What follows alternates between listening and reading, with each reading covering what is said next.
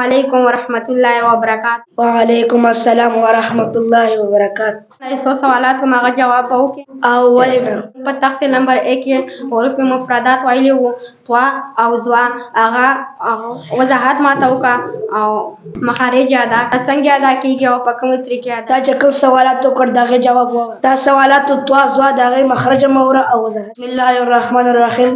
اوس توا ووره. توا د تا مخرج نه دی کېږي د دیوالې برابر کې متصل هم ده د ژبې منځ او جړ برتنه طرف ته اوچت کې مضبوط بیه ادا کوي.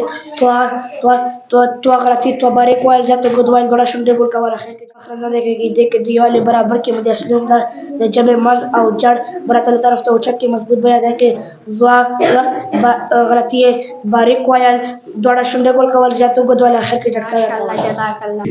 ستا سوالات او جوابات ما کړو زستا راځي یو څو سوالات کوم هغه جواب سوالات مې دا دي عین غین فا. بسم الله الرحمن الرحیم. ستا سوالات دا دي عین غین فا.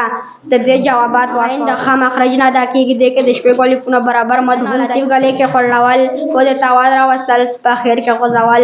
عین د غلې برای سینه ادا کیږي د جبه جړ بل تعالی طرف ته اوچت کې مضبوط وای ادا کې د کې د شپې الفونه برابر مدغم دی. عین غین غین غین غلطی او د تاوال را وصل